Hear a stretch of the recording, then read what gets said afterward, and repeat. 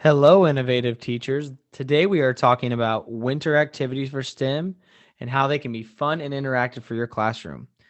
What STEM activities are right for your students and what can be done to get the most from your students while accomplishing those different standards. Also, if you're already loving our podcast, make sure to subscribe, rate, and review. This helps spread the word to other innovative teachers who would love to connect to our community. Stay tuned for a great episode full of lots of useful information. We can't wait to learn and grow with you. All right.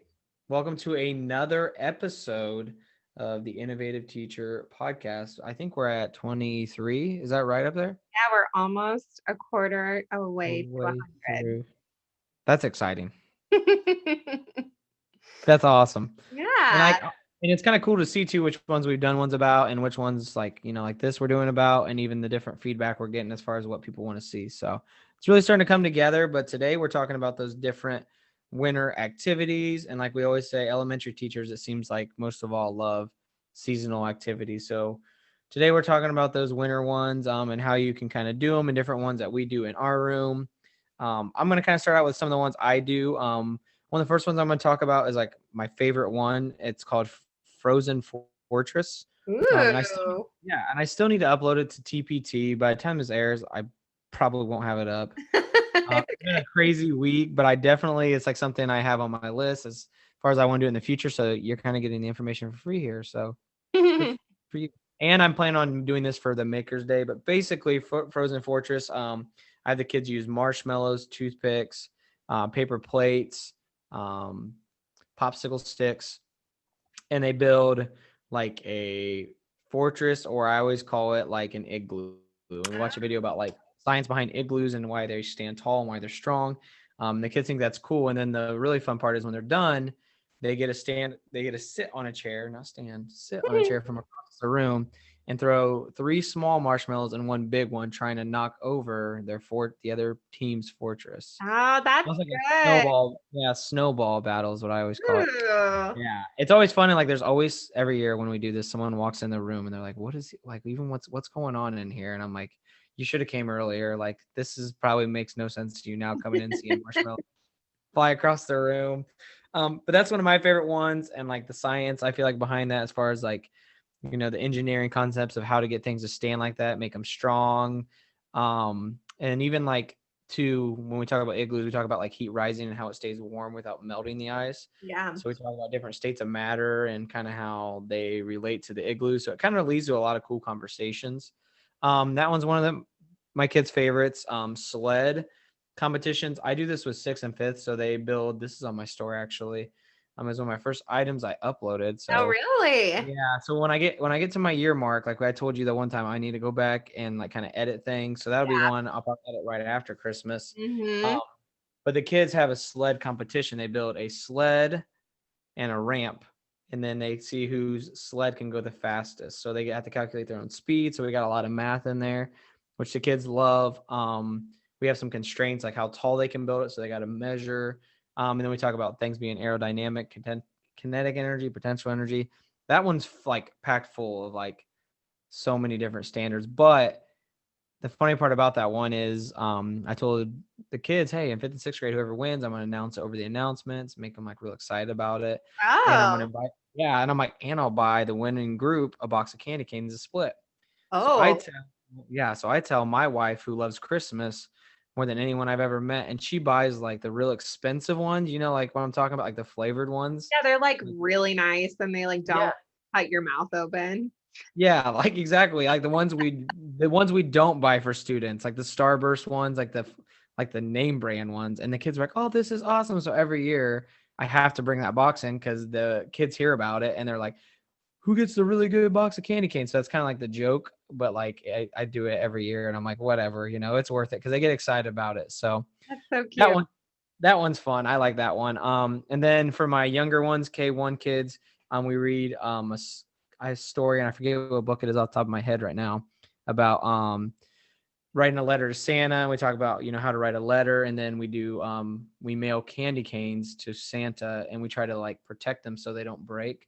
Kind of like an Oh, that's cute. yeah, and the kids like that one. That one's kind of like out of all the things I do, that's one of my like ones that like all teachers like, that's pretty cute. And I'm like, I usually will not say like, hey, that's cute, but that one's cute. That is so cute. I think it's cute. And even the one year I did like a letter from Santa then after that, and they thought that was really cool too. They're like, see, because there's always that one kid that's like, Santa's not real. And I always hate that kid because I'm always I like, know. don't ruin it for everybody Don't else. And ruin every time I it. do. I Yeah, did because I'm always, I do. I did something, this is not STEM, but we wrote to Disney characters. And I guess at the time, all the Disney characters would write back, but they didn't write back. Only Mickey wrote back to the class. So guess who enlisted all their friends on a weekend and wrote like Disney characters? I'll say you. So we like pretended we were all the Disney characters that they wrote to, but that yours is super cute. At least Santa is one person. I know. I say I did one collectively. Good thing there's not like many in that sense for that project.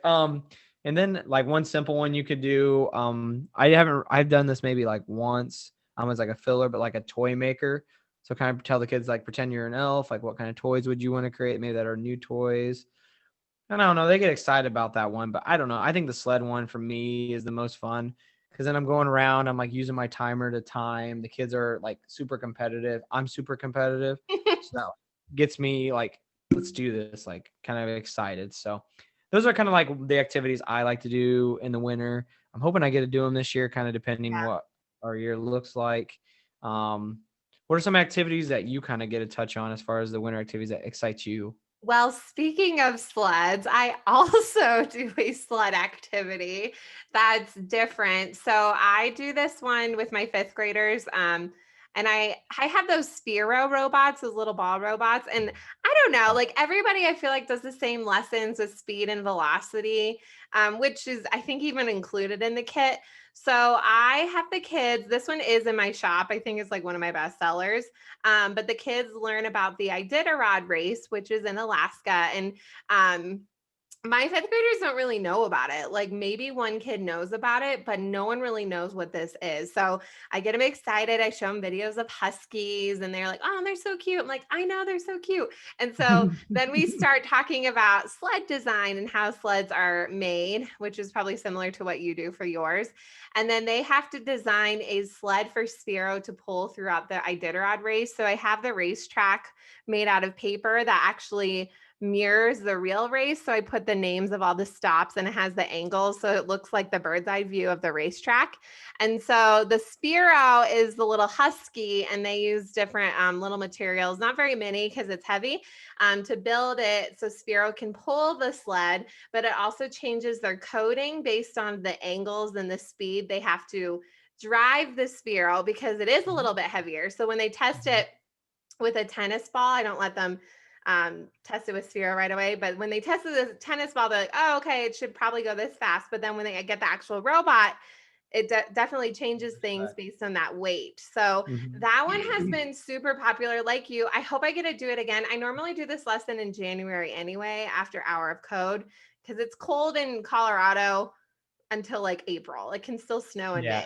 So we can, and actually the Iditarod race, I believe, is in February anyway. I was about to ask you that because I have no idea. Like that would be, I think that's a cool one too because the kids get to learn about that, and that's something that's like not something they're familiar with and they wouldn't normally learn. And like I feel like we've talked in past episodes about that. Like STEM brings that angle to the classroom. Like I think that's really awesome. Is it the big spheres or the small ones that It's you the use? big one. I actually have Okay, I think it's the bolts. I think I have. that's what I got the bolts. I love Sphero stuff. That's Yeah. not even an ad for Sphero. I just flat out love Yeah. their stuff.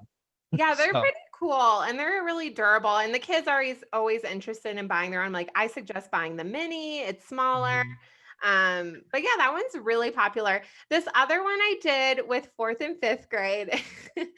And overall, it was successful, but I try to think of things that all kids can be involved in. And so we did the gift wrap challenge, STEM challenge. So I created videos of 3 different ways to wrap a present. So same size, wrapping paper, tape, scissors, 3 different ways. They had to choose one of the 3 methods and wrap their present that way. And then they had to decide how effective was it. So what was the area and perimeter of their paper that they used? How many pieces of tape did they use? And then they compared the results with the teammates in their class. So it taught them how to wrap a gift. That isn't, and I was literally, when I saw you write that, I was going to say, and I didn't get to before we started. I can't wrap, like, I don't wrap gifts. I Right? don't do it. I'm terrible at, and I feel like it's one of those things where I told my wife, I'm like, it's kind of like when you like tie a tie or like different things like that. Like if you learn that in school, that's just something that like if you learn it at a younger age, it'll Yep. kind of stick with you. Because I'm still bad at it, and I still try to learn. And like is math behind it, like the Yes. area and stuff. I And love that. I think angles that's and awesome. creasing. It was so funny because I did this. This is when I taught like 8 classes in one day on Mondays. I don't do that anymore, but I had 4th grade in the morning and then 5th grade. 5th grade was like, "What?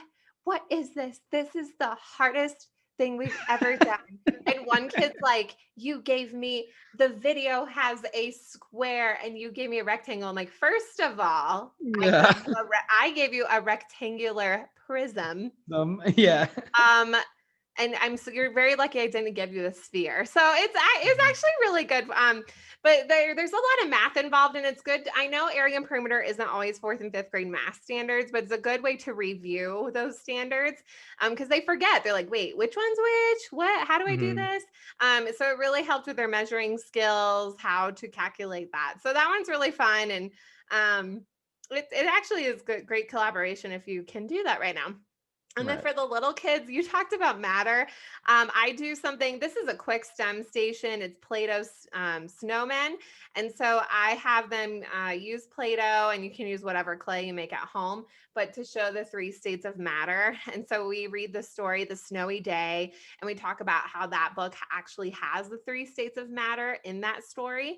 And that's, I mean, I love that book. That book is so old. Like I watched it on Reading Rainbow, but we read that story. And then we build the snowman to show the different states of matter. And then we'll try different measurement activities like how tall can you build it? How many cubes tall is your snowman? How many cubes wide? So we'll add in some math terms as well. So that one's just a quick little STEM station, but the kids really like it. They love the Play-Doh. I advise don't use toothpicks because they start making really creepy creations. I have I video can see of it. They make really weird stuff. So that. don't use toothpicks. You think it's cute, it gets creepy. So don't do that, guys. But thinking of things that you should and shouldn't do, just be mindful when you're doing these holiday and winter activities. Be mindful of the different cultures and diversity in your classroom. I've worked in many different school settings where it's just been different. And so there's things I have been able to do in some classes, some things I haven't. So definitely know your school policies. If you don't know, please ask. You just always want to make sure you're being inclusive, involving all the kids. You don't want to put the kids in an awkward situation where this is something they don't believe in or it just doesn't work for them. And also know your district policy. Some schools and districts are strict, but if they aren't there, maybe that's a great time to help create those policies just to make sure that everyone can be involved. Also, um, when you're thinking about these STEM activities, you don't have to be a STEM teacher to do them. These are awesome for holiday parties. Mhm. I stopped having parents plan my holiday parties because they got too crazy. But we started doing more hands-on activities when I was a classroom teacher, and they were way more successful. The kids were engaged. And they were so proud of themselves and still learning, and it was a party. So definitely think about those little pockets of time. It could be also a reward.